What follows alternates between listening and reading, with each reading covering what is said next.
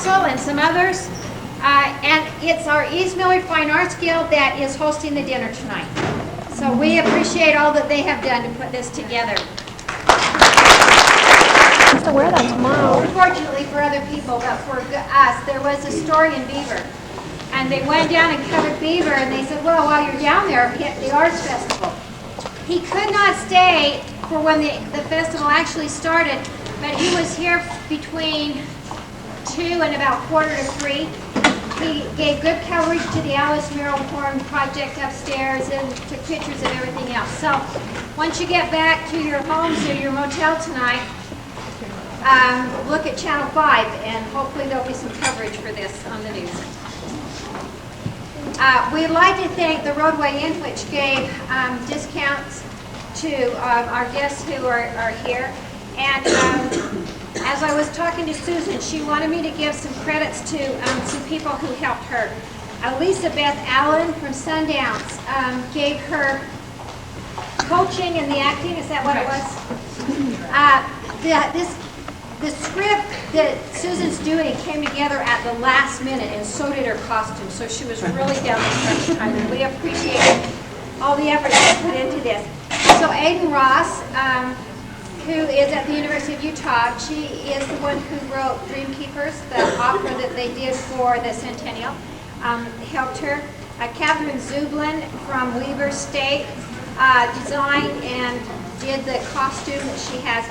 And that was paid for by the Utah Arts Council, who's is 100 years old this year. And that's why we're celebrating all of this, is because it is the 100th anniversary of that legislation that established the Utah Arts Council, being the very first arts council in the entire United States. So it's really exciting to have that. We've also had a grant from the Utah Humanities Council. Suzanne, could you speak up just a little bit? We've got to get you. Okay, I'm sorry. I do have a fairly loud voice, but remind me if I taper off. Okay, so we've had funding from the Utah Humanities Council also, and we appreciate their help. The credits are on the program. We have lots of people help with this, and we appreciate the many people who have done that. And we appreciate the family being here, but also we appreciate our government officials and our community for coming out and supporting this. Without any further ado, I do want to turn the time over to Susan for her portrayal of Alice Merrill Horn, and then we have a presentation for the family after that.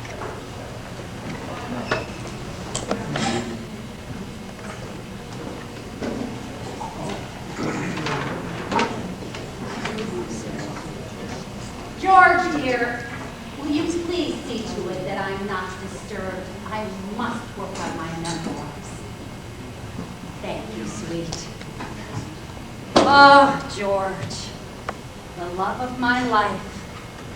I wouldn't have done any of this without him. Oh, let's see what we've got. Where did all of you come from? Well, since you're here, perhaps you can help me work on my memoirs by allowing me to talk out loud to myself and not appear batty. I've had such a long, wonderful life and family. Well, let me share with you what I've written so far.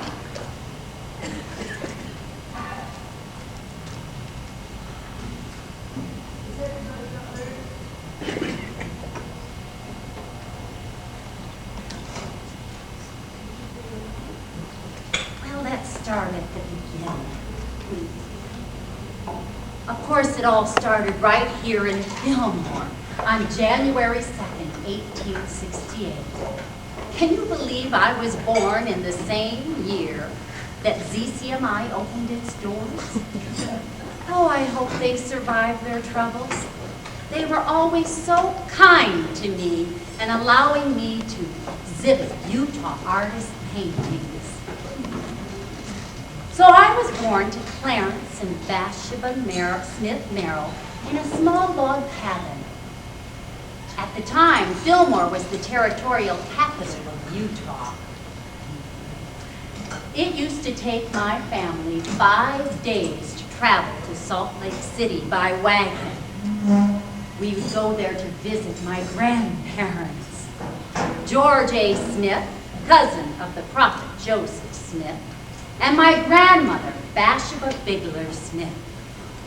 I enjoyed those trips with my older brother and 2 older sisters, as my father would point out the colors in the sunset and sing in his fine bass voice, "Roll on, Silver Moon." All the while, Mother would be bedding us down in the wagon. Eventually, there were 14 of us. I loved watching the stars appear one by one. I started school after my 6th birthday, right over there in the rock schoolhouse that still stands. I have such pleasant memories of being whisked through the snow by sled to the little rock schoolhouse. We had nice homemade seats and desks, good maps. Many of those sturdy little seats and desks are still there today. I didn't know then that I was about to receive a different kind of education. Shortly after starting school in Fillmore, my beloved grandfather Smith died. A year later, my grandmother brought me to live in Salt Lake City with her.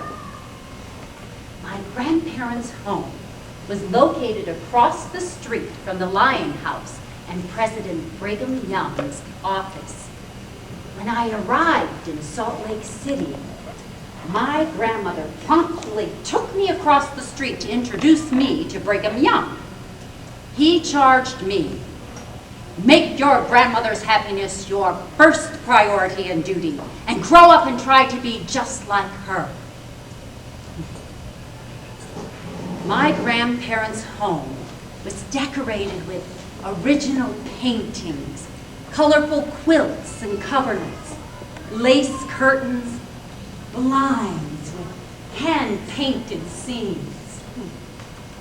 I called it an Arabian Nights atmosphere.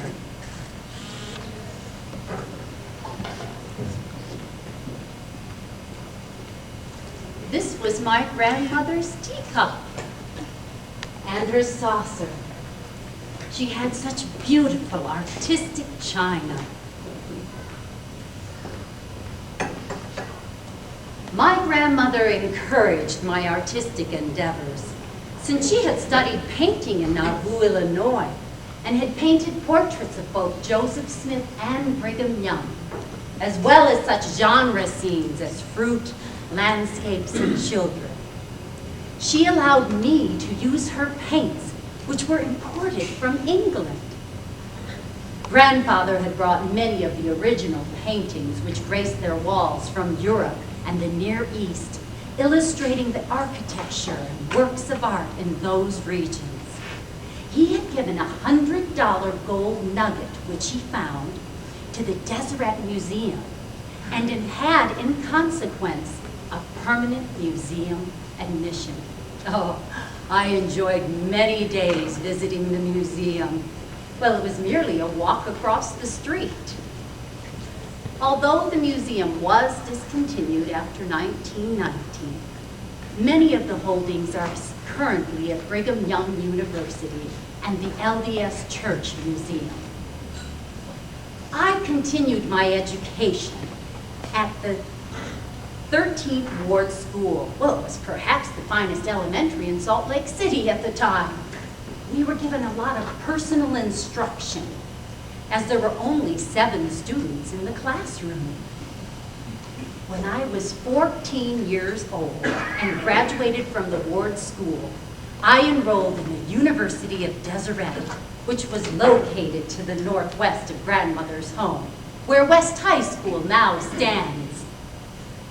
I'll never forget the excitement during my high school and college years. Grandmother, I must tell you about a wonderful teacher that I have. He's teaching me painting and sketching in perspective, and he has a special feeling for landscapes. His name is George M. Ottinger.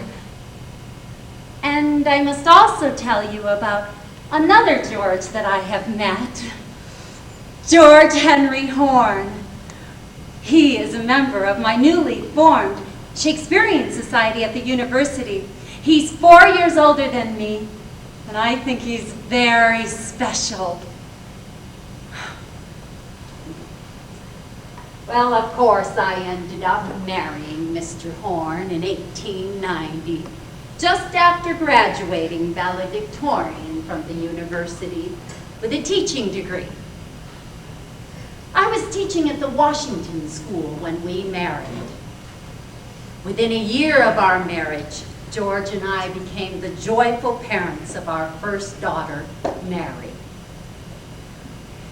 When George and I traveled to the Columbian Exposition in Chicago in 1893 and to the Metropolitan Museum in New York City, I noticed that the well-dressed lady with dainty French heels, as well as the cowboy with boots from the farm, were equally able to find seclusion and inspiration in the art galleries.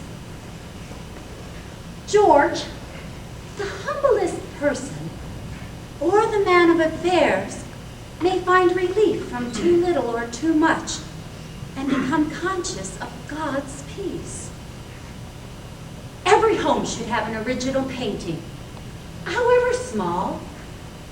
I must create a way to bring art home to all people. Soon after George and I returned to Utah, George was called to serve as a missionary for the LDS Church in the southern states. I knew he had decided to accept the call when I saw him chopping a 2-year supply of wood for me. I resumed teaching at Washington Elementary to support our small family. My dream to bring art to every person pushed me to seek out my mentor, George Ottinger, to help me formulate a measure of some sort. Well, during this time, I studied art and painting under J.T. Harwood, Mary Teasdale, and John Hafen, who had all recently returned from studying in Paris. On each canvas, Hafen reveals some delicate beauty, some charm that was hidden until his loving brush brought it out. That is why you ought to have at least one Hafen picture in your home. I could spend hours discussing each of these magnificent artists. And in fact, I've written several pages about each of these extraordinary artists in my book, Devotees and Their Shrines.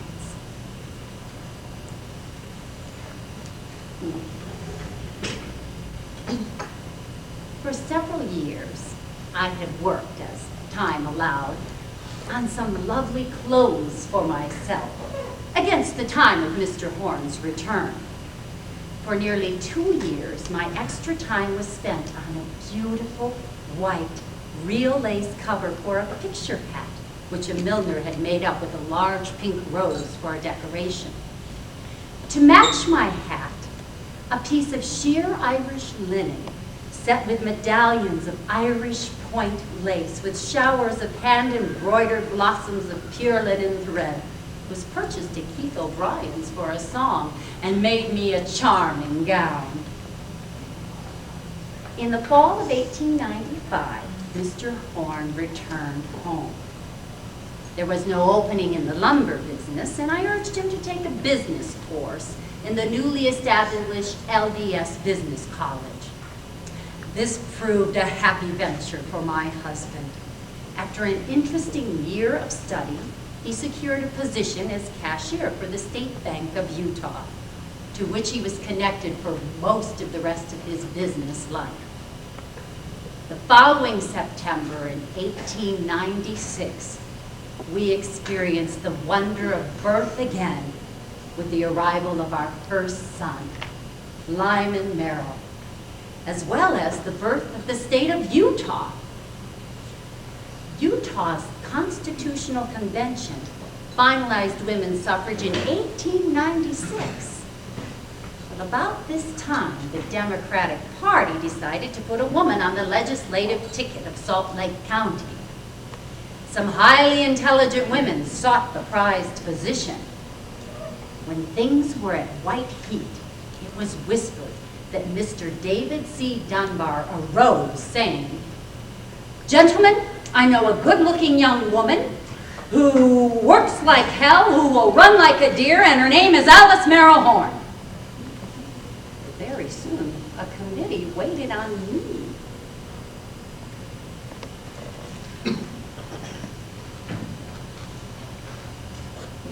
Mrs. Horn, the county committee is asking you to be a candidate on the Democratic legislative ticket.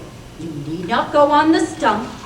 All you need do is dress up and be at the Salt Lake Theater this morning at 10 o'clock. Go to the stage door. You will be made assistant secretary, so you will sit on the stage. They had said to dress up. Should I put on my beautiful, handmade Irish linen dress and real lace hat, which were being saved for some nice occasion? Well, I have nothing else to choose, and they said dress up. Quickly, those works of art that had been years in the making were donned, and to them were added my new white shoes, white gloves, my real lace handkerchief, and a white parasol. Then I walked briskly to the bank to tell my husband all that had transpired within the hour. He had not yet seen my finery. "Mr. Horn, how do I look?" "Ravishing, but not too ravishing. Of course, run with William Jennings Bryan on the Democratic ticket. That is how you can get your art bill that you have worked so hard preparing. Introduce it yourself as a member of the House of Representatives. You can be sure your men will do nothing about art." That settles my mind.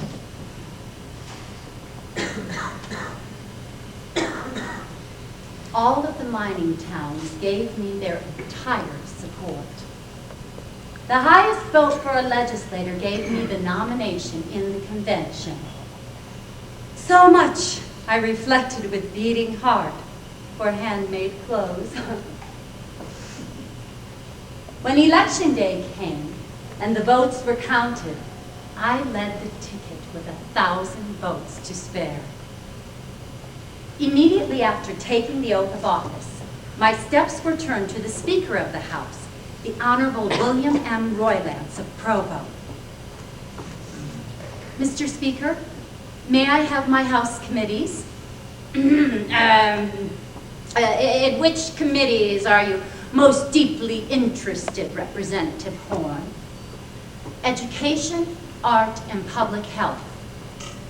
Well, that is unfortunate. The Education Committee is entirely filled by the men. I've not been able to even satisfy all those who have asked for education. But, Mr. Speaker, surely a woman teacher should be on the Education Committee. And there is also the university land grant to work for. Well, sorry, but your name is not on the university list. Why, Mr. Speaker? I am a university graduate. I shall be glad to consider your appointment to any other committee, Mrs. Horn. Is the Rules Committee open? I could make you the chairman. Oh, no, Mr. Speaker, not the chairman. Very well, then, the Rules Committee, and what else? Public health? The Rules Committee met first to adopt the rules under which the House business would be conducted. I was recognized to speak by the chair of the Rules Committee. Mr. Chairman, in my hand is an art measure, ready to be presented. This may be the only art bill submitted this session. Education and art are closely allied. I therefore move that education and art be one and the same committee. We have a second. The motion passes. Mr. Chairman, by far and large, the most important measure to be considered by the third legislature will be a bill to take advantage of the congressional land grant, which was arranged by U.S. Senator Joseph L. Rawlins.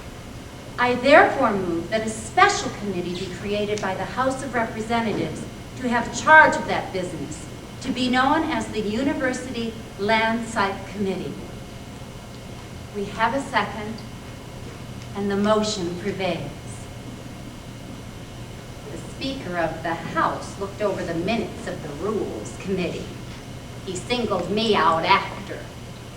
I see your point, Representative Horn. You will be on education and art, on public health. And what chairmanship shall I name for you? The University Land Site Committee chairmanship? If you please, Mr. Speaker. Congratulations, Mrs. Horn. It is yours. Dr. Martha Hughes Cannon was my equivalent in the Senate. She and I received large bouquets of flowers each week as the only two female legislators. We supported and conspired with each other to get our measures passed. I waited until the University Land Site Bill was signed by the governor before bringing up my art bill. Senator Cannon and I laid our lovely flowers on each legislator's desk.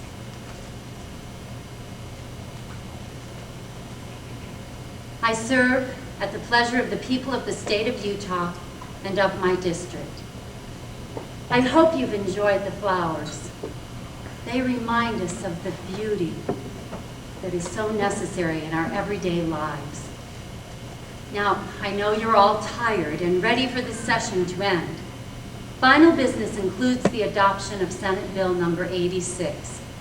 It is designed to advance the interest of the fine arts, develop the influence of art in education, and to foster the introduction of art in manufactures.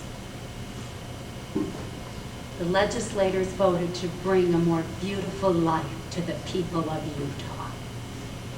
As Governor Heber M. Wells signed his name, he said, "This art bill makes Utah the first state in the Union to provide a state institution for the encouragement of the fine arts, and it is the direct result of women's suffrage. I congratulate you, Mrs. Horn." This was one of the many high points of my life. And I fear I shan't have time to finish my memoirs with so many more things to tell. Oh, like the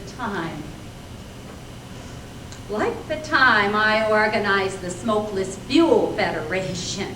Yes, I include that. Yes, to clear up the air of Salt Lake City, you know, from the smoke coming from coal and wood fires and smelters and railroads and backyard bonfires. Well, my friends and I received no support from the Salt Lake newspapers, which refused to publish reports of our activities. I was determined to make them carry our story, so two friends and I set up a coal cook stove on the corner of Main Street and South Temple, near the Brigham Young Monument. And we proceeded to bake rolls and pies, and attracting a considerable crowd and disrupting traffic.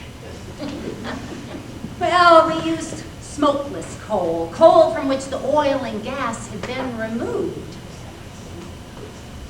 My friends and I wore white dresses and white gloves. We would pick up lumps of coal. Well, I even wiped off the inside of a stove lid with a lace handkerchief with nary a smudge. Needless to say, we got columns of publicity the next day. Oh, I hear the patrons starting to arrive to see the pictures that I've set up in my home to sell.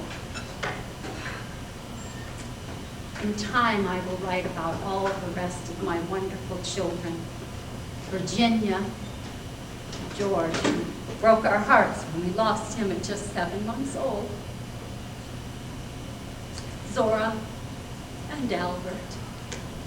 I am so proud of my children. All their many accomplishments, every one of them graduating from college. But I must get to the paintings now. Thank you for listening. It has been a sweet work to do something for Utah artists. Only one thing is bigger than pictures, and that is the artists who make them. They cannot paint if they cannot eat.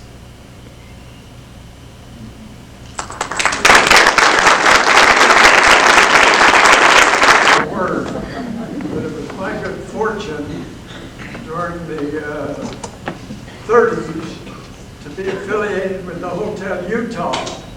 And for all those years after the great 1929 crash, when funds were very hard to come by, I would watch Alice Merrill Horne in the Hotel Utah lobby doing all she could to help people in the field of art get some kind of income from their effort to get buyers for their paintings. Many, many times I've watched her carry a big load of paintings, and then later on in the Tiffany room at ZCMI, great artist, and I'll make no more comment. She was a very great lady, and I'm honored to just say that much about her. God bless her. To present in behalf of the Fillmore Civic Arts Council a gift to the family of Alice Merrill Horne. And this was in the form of the proclamation, which has been matted and framed in this beautiful frame as a gift to the family. And I also had the pleasure, along with Suzanne Lindbergh and Gwen Hunter and Gordon Chapman, to be at the proclamation in the Gold Room of the state capitol when Governor Leavitt made this proclamation as the week of Alice Merrill Horne Appreciation Week. And I would like to read this to you, this proclamation. It first has the seal of the state of Utah on top. Michael O. Leavitt, Governor, Declaration. Whereas Alice Merrill Horne played a significant role in the creation of the first state-founded arts agency in the United States, and whereas Alice Merrill Horne played an important role in helping pass legislation to establish the state art collection, now worth millions of dollars. And whereas Alice Merrill Horne was elected to the Utah House of Representatives 100 years ago and was a regional director leader in the Women's World Peace Movement. And whereas Alice Merrill Horne was an influential teacher to many and worked to promote clean air and clean milk. Now, therefore, I, Michael O. Leavitt, Governor of the state of Utah, do hereby declare the week of September 6 to 12, 1999 as Alice Merrill Horne Appreciation Week. Now, because she has such a wonderful, large posterity, this can't be given to any one person, but we would like to present it to the family and would like to ask that Jonathan Horne, as the representative, receive